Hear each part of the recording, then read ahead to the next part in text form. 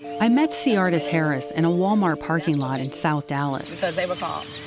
Ciartis has 7 kids and was living in a shelter.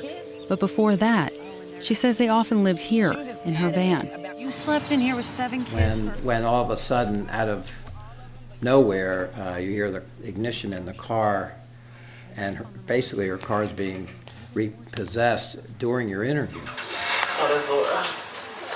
They just stole my car away. Why didn't they? Not for real. Has that ever happened to any of you in the midst of, midstream of doing your job as journalists and producers and correspondents? That was a really difficult moment because we felt a lot of responsibility for that. Right. Because if she hadn't been in that interview with us, she probably would have been paying more attention to the fact that someone was jump-starting her car. When we got to the place that had repossessed her car, one of the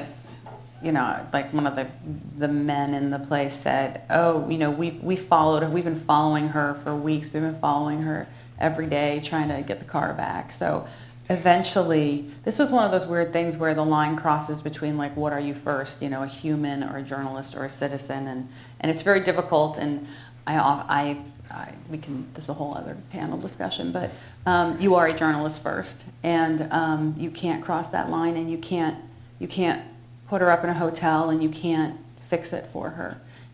It's tricky when you cause the problem, and that was the debate we were having, was did we cause this problem for her? But I do really believe that if she hadn't had her car repossessed that day, it would have happened a few days later or another week or two later.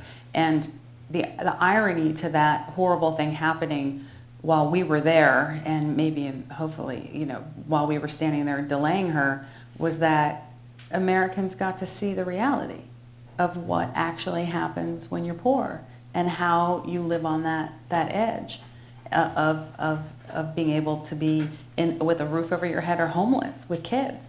And because of that, like, in some ways, I'm glad that we were able to show that.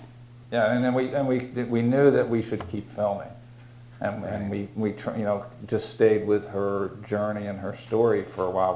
We didn't go there ultimately in the film, but to the place where the car was going to be brought, and we spent hours waiting for it to come back, and just kept filming to see what was actually going to happen.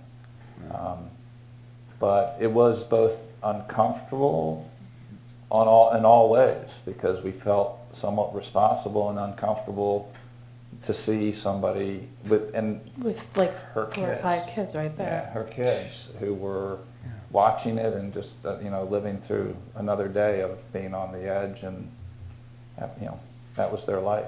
You gonna press the button, Carla?